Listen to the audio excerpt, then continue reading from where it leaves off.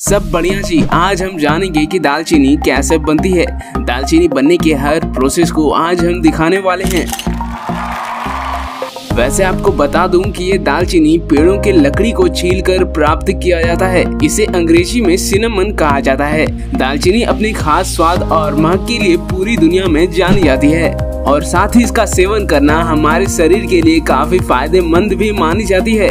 चलिए जी, अब जान लेते हैं दालचीनी बनती कैसे है। वैसे तो इनके पेड़ों को दालचीनी का पेड़ ही कहा जाता है, लेकिन कई बार इनके पेड़ों को सिनेमन वेरम ट्री भी कहा जाता है।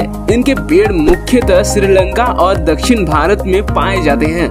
इनके पेड़ बारिश वाले इलाकों में उगाए जाते हैं। सबसे पहले इनके पेड़ के टहनियों की कटाई की जाती है, जो काम यहाँ के लोकल किसान भाई ही करते हैं। इनकी पेड़ों की लंबाई 10 से 15 फीट होने में ही 2 साल लग जाते हैं, तभी इनके टहनियों की कटाई की जाती है।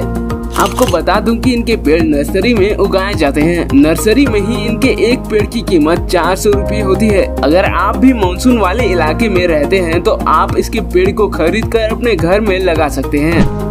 अब पेड़ों से सारे सही साइज वाले टहनियों को काट कर सभी गट्ठरों को ट्रक में लोड करके फैक्ट्रियों में लाया जाता है। यहाँ पर सभी गट्ठरों को पानी में डुबोकर अच्छे से साफ कर लेते हैं। अब यहाँ पर एक वर्कर सारे टहनियों की ऊपरी छिलके और गांठ को एक धारदार हथियार की मदद से छीलता है। छीलने के बाद अब एक धारदार चाकू से टहनियों की ऊपरी छाल को अलग करते हैं। यही छाल आगे चलकर दालचीनी बनने वाला है।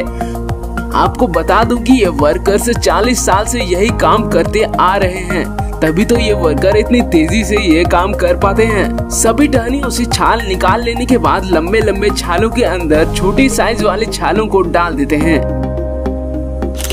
और फिर इन्हें ऊपर लगे रस्सियों की सहायता से टिका कर सूखने के लिए छोड़ देते हैं।